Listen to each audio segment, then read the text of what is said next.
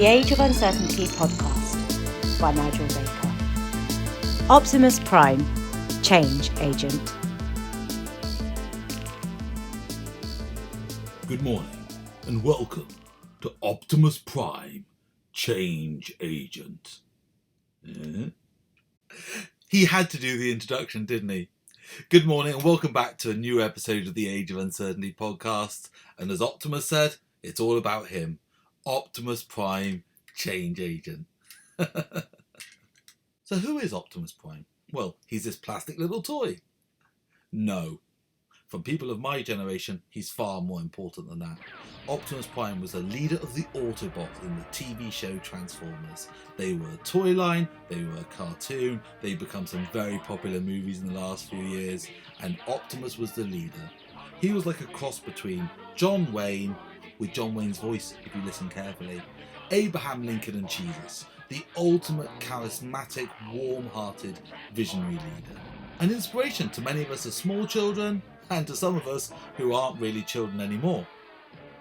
Now, the idea behind this episode this week is to basically revisit some of the change classics that I kind of half referenced in our last video, License Revoked. I realised at the time that I was building some stuff that I'm not sure I've actually put out there for free. Hold the free thought for a moment. So where does this idea come from? Well, about 8 years ago now, I came up with the idea of combining the word transformation with one of my favourite things from my childhood, Transformers. I submitted it to a conference and I didn't get in. So when the open space came up, I thought I'll play with the idea there. And what I effectively did was take the Optimus Prime toy and use it as a lateral thinking tool to approach transformation. It was a bit of a workshop concept, as open spaces are, and when I turned it into a presentation for following conferences, it stayed in a workshop format. So most of the content was attendee driven. Now, this isn't going to work as an attendee driven workshop, is it? So what I've done is I've taken that initial idea from that old presentation and sort of fleshed it out with some of the details that I recorded at the time from those attendees. I think I did it in multiple sessions and I've got records from at least 2 of them. So I'll use some of their information to fill in the method. And I'll put some of the classic stuff I've been doing for a long time to fill out the method as well. So you'll sort of see the original spine I used in the workshop and then you'll see some content I've added since then. Just remember, the key punchline of Transformers was more than meets the eye. So hold that thought a second. I love to put a little sting in the tail of my presentations, and I think this was the first one that had that. Wait for the sting, because more than meets the eye. Anyway, let's get going with this, and let's look at some of those different lateral thinking angles we can apply with Optimus Prime. The first angle I looked at was what I called pre-transformation. So we can see here Optimus Prime is a truck. He's going to change into a robot soon, but he starts as a truck. And the idea behind this model was to say, okay, do you understand what you are before you start? Do you understand what you're changing from? The second stage was transforming. So the idea is the robot is starting to change. It's starting to alter. What do we need to do to discuss that transforming process? Then there came transformed. The truck has changed into a robot. What does that end state look like? And finally, and most important, was this. Me, the transformer. That was a key stage as well. The person who is taking forth this transformation. This thing doesn't change on its own. There is someone changing it. So we need to take that into account as well. So it was kind of like a 4-stage model, really. Pre-transformation, transforming, transformed, and transformer. And we use those 4 sort of angles to look at transformation as a concept. Angle number 1, pre-transformation. The truck. Do you understand what you are before you start changing? Diets 101 is weigh yourself before you start dieting. Else you've got no idea what you were to know if you're getting any better or any worse. And most agile transformations I have seen have not done any form of pre-measurement. And this is silly. Because when things start getting better, and we know they will get better, senior managers, people who are more cynical or more critical of these changes, may want evidence, they may want proof. They may just want to be able to back it up and say, look, I've given you all this money, where's my return? And all people say is they go, oh, yes, better. And the boss goes, yeah, but how much better? And they go, lots.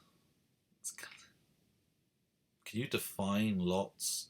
So measure where you are. Step on the scales before you get going. It could be bad. Oh my God, it could be terrifying. But at least you know. So when you start seeing how things are progressing, you can see if you're getting better or worse. This is where lean is incredibly powerful. Things like lead time, cycle time, etc. Any form of measurement like that can be really useful just to get a sense of yourself today to help you know if you're going in the right directions forward. Another thing about pre-transformation is having some sort of vision, some sort of sense of direction, some sort of I have a dream, some reason for doing this beyond going agile. I see far too many people who jumped on the agile bandwagon because other people were doing it. And by the way, I think if you look into psychology, peer pressure like that is actually an incredibly powerful motivator to change. But it doesn't feel a very positive motivator for change, does it? I love to build a vision with teams to help them better understand why we're changing. Hell's bells, build it with organisations. Why should we go agile? Why should we be agile? Without a vision, this stuff can be opaque, we can make inappropriate choices or go off in the wrong direction. When I ran this in Barcelona, some of the ideas people came up with for pre-transformation was not just about sense of urgency, but about building a sense of trust, building an environment where people felt psychologically safe to bring up new ideas, and getting a sense of self, a sense of Gemba, a sense of understanding the system from the inside, like good system thinkers do, not just look from the outside with someone else's ideas, but really understand how things work before you change things. I've got a little story on this about understanding systems. Now, I can't remember where I got it from, and I can't remember who originally said it, but I'm sure you can find out if you look it up on the internet. But the idea is you buy a small cottage in the country and you have a lovely little garden out back. And in the middle of the garden, there is a fence with a gate in it. Now, you have no idea why this fence is there with that gate. It's in the middle of your garden. Don't remove it yet. The idea is live there for a while. Experience that house for a while. And then when you finally realise why that fence is there and why that gate is there, then and only then you can get rid of it. You need to understand, otherwise you make changes, you remove processes that were crucial for other people. You don't understand why those processes are there. It doesn't mean those processes were not essential. Live and breathe and understand the system. Now, when I did this workshop in America, in Las Vegas, there were some interesting facts that came up there as well. In Las Vegas, in terms of pre-transformation, they talked about the truck needing gas, or as we would call it, petrol. You need to have management buy into this or management support in this. Not even buy-in, they need to actually be leading this to a certain extent, because without that gas, we ain't going nowhere in this truck. The other point they did, they really took that truck metaphor on. They said, okay, what about the trailer we're pulling? What about the trailer? What about the cargo, the inventory, the prior experience, the prior process? We've got to drag that all along with us. We need to understand some of that history to understand why we are where we are today. So we have started on pre-transformation. So let's go to the next stage, transforming. Now, transforming, the act of change, is fascinating for me. And this is where I want to bring up John Kotter, one of the biggest names of change in the industry, written some of the most famous books on change, famously The Iceberg is Melting. He came up with a very classic 8-step approach to change, an 8-step model. Now, as we all know, all models are wrong, but some are useful. So I like to use his 8-step model in more of a 8 common errors that are made. And that's what I like to bring up in this transforming session. The common errors made in change.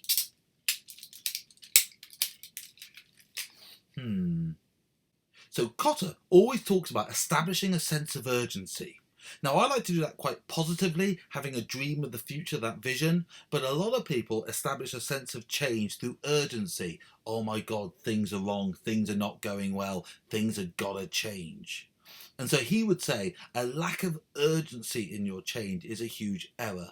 And I've seen that in many different ways. I've seen people being no sense of urgency, so they're apathetic, meh. And I've seen people confuse fear with a sense of urgency, i.e., screaming at people, things have got to change or you're doomed. And this doesn't encourage change. This just makes people very scared and they lock down in what they used to do. They don't have that sense of psychological safety to try a new idea. So our sense of urgency must be warm for me, toasty. A little bit of heat under the toes to get us moving, not much too much heat to freeze us up, and not too hot to cook us. Cotter would also talk about establishing a guiding coalition. If you see this picture here, I like to establish these enterprise change committees or these enterprise transition coalitions. Big figures working together, leading the change. Now, as I said in the viral change video, we need to make sure that's a cross-functional group as well. If it's purely just those high-level leaders, it's going to be very esoteric, very ivory tower. It needs to get real people on the ground involved with those senior leaders, shortcutting and short-circuiting all those levels of bureaucracy, real people from the ground. We need to build this committee. And a classic error made is when we don't establish that coalition appropriately. There is an empty chair that isn't filled. And you've all heard the story about the empty chair, but if you haven't, that's when you have a meeting on something, on anything really, and someone can't make it, they're too busy, they've got other calls. It happens, doesn't it? You know, we can't all make every meeting. I completely understand if they couldn't make it. But we schedule another meeting and they can't make that. That's a sign that they don't want to attend this for some other reasons. The empty chair. They keep missing it for whatever reason. Ouch, we're not building that guiding coalition. Here's another one to look at. Just letting obstacles get in the way. Now, I know that sounds obvious again. Oh, obstacles get in the way of the change and the change doesn't happen. But it's very easy for changes to die. Not one big blocker, but death by 1,000 cuts. Little block here, little block there. Obstacles just constantly getting in the way. Oh, how do we fund it? Oh, how do we resource it? Oh, how do we do this? Letting little things get in the way of the change. As we said with vision, you can't just have a sense of urgency and terrify people. You do need to have that positive vision and communicate it and keep communicating it again and again and again and again and again. They say people under-communicate the vision behind change so much. Once they're in a mail out or once in a webcast and they think they're done, they're not done. We've got to keep going again and again and again. Now here's an interesting one. Short-term wins. We got to make sure that we prove the benefit of this and we keep doing that again and again and again. We can't have some long lag between success and failure. If we do, it's going to be like Satir change curve. If you look up here on the screen, I'm not sure which side I'm putting it on. Well, that side. But the idea of the Satir change curve is we have some status quo, we go through disruption, and then finally we rise up the other side to some new higher level of quality, higher level of performance. My concern is too many programs spend too long in that curve, and when it gets to the bottom and things get bad, it just bottoms out and carries on at a worse performance. So we need to make sure we journey through that curve as quick as we can. We need to make sure we constantly generate short-term wins to show the benefit of this and show the benefit of the change. That's why, for me, I always use Scrum to actually do this change stuff. I find Scrum a magnificent change engine. You know, the idea of vision, list of things we're going to do, generating short-term wins, short-term features, feeding back again and again and improving our lives. Small slice of work, 4 weeks work is normally what I do. 4 weeks, stop, we've got a slice of value, a short-term win. Look at the value, feedback, take another slice of short-term value and improve and improve. How do you eat an elephant? One bite at a time. In terms of transforming, I want to make sure that enterprise change coalition, that enterprise transition coalition has some sort of strong chair, some strong chairperson, some sponsor who can lead it. And we need to make sure that sponsor's cast appropriately. We don't want someone too weak. the monkey rather than the organ grinder, or we don't want someone who's too political. I've had this experience before where we had someone like this, like John Major, the UK Prime Minister back in the 1990s. A very political character, very soft. He could talk to people and build consensus. That was great, but that person didn't have enough vision and strength to drive us through the next steps. Who could look at someone like this? Darth Vader. Oh, he's got vision, he's got strength, but he hasn't got the ability to build guiding coalitions, has he? It's his way or the highway.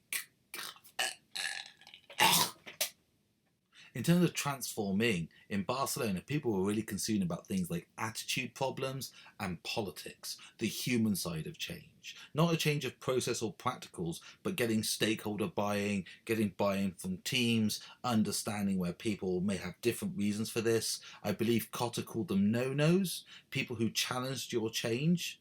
And in fact, you should be careful with no-nos, because some people think of them as like critics, but actually critics can be people who actually you want to engage with. They're engaging with you. They may dislike your idea, but they're engaging with you. You can persuade them, you can work with them, you can listen to them. Right? But no-nos under Cotter's world are people who just cross their arms and go, yeah, I'm sure it'll be fine. They play the political game, step back and don't say anything, and let things fall apart. And that was a big concern for those people in Barcelona. Another time I ran this session, people were really concerned about the breaking of the toy during transformation.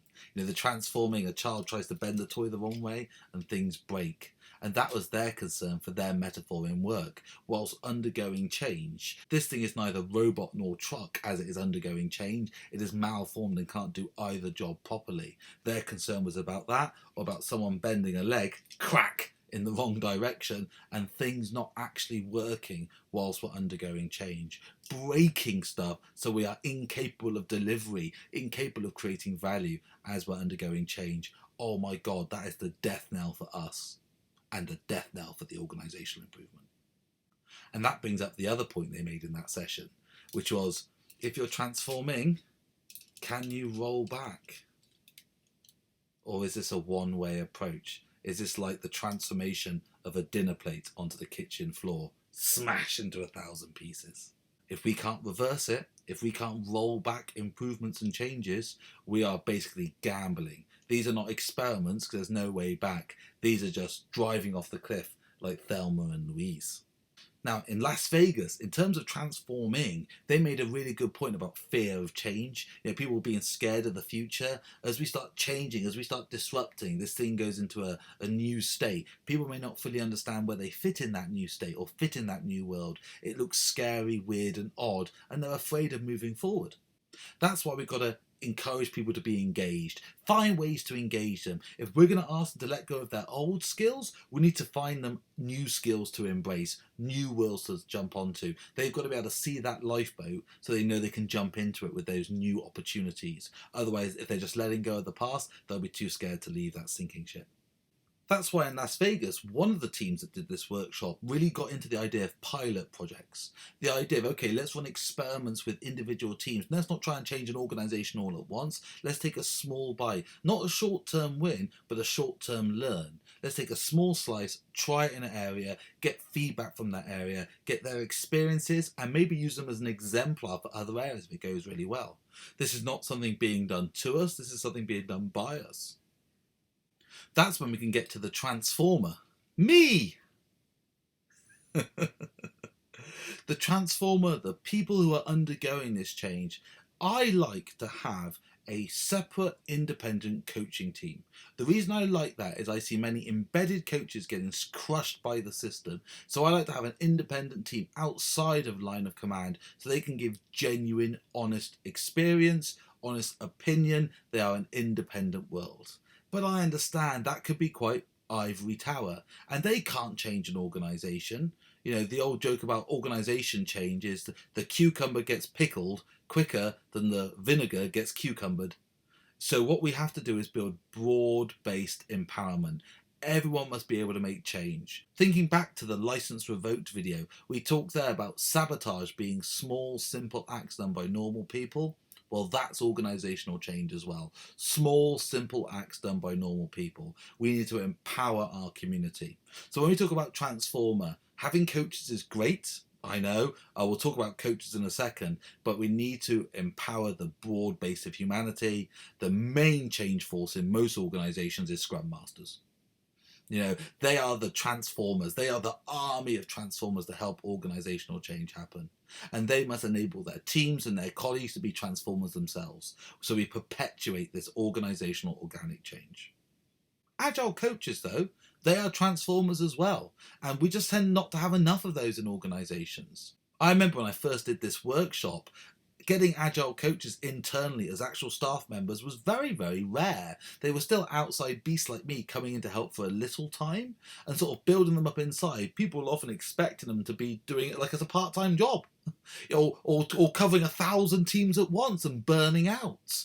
And that burnout's a huge risk. Part-time coaches, there's a huge problem. It's 2 jobs, it's burnout again.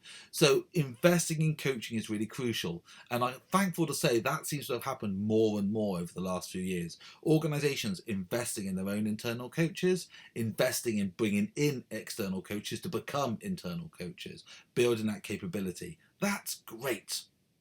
And by the way, that should be a long-term investment, not a short-term investment. Coaching's for life, not just for Christmas. I would want to see real coaches in organisations for decades, not months. Having said all that, coaches are not enough.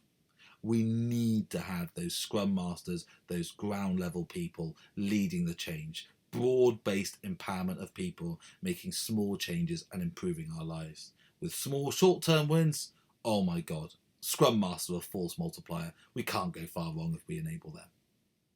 Now, the transformer stuff that came from Barcelona was fascinating. There was some really interesting stuff there about human side of conversations, like being confident, being affable, being allowed to be able to make change, being humble, as I said before, bringing a sense of urgency to people on the ground. There are all these sort of human aspects to transformer.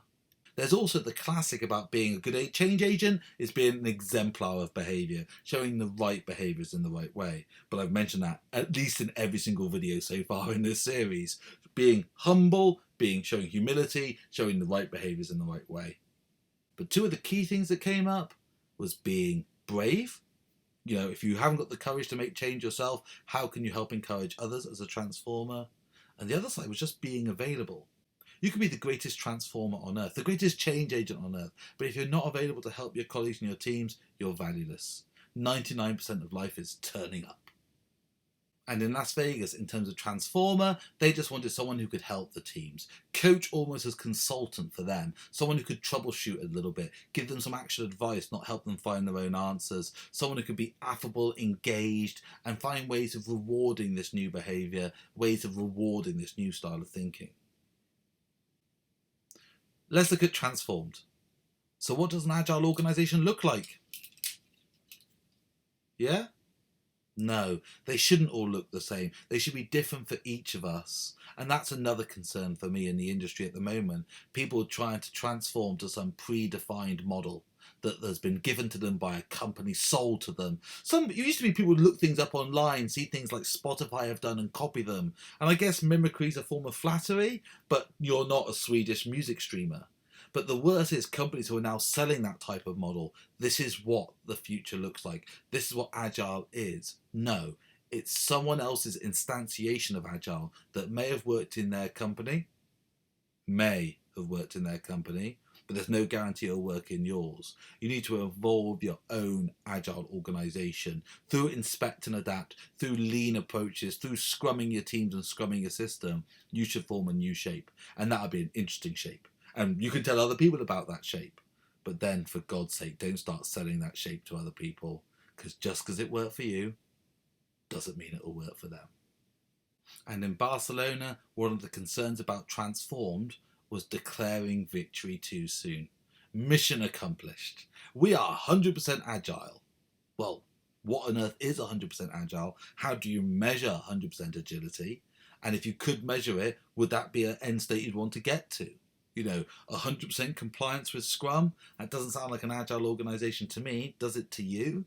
But their concern was not so much they hit this mythical end game, this mythical end state that I don't believe can exist. My concern is actually they declared victory before they even got halfway there.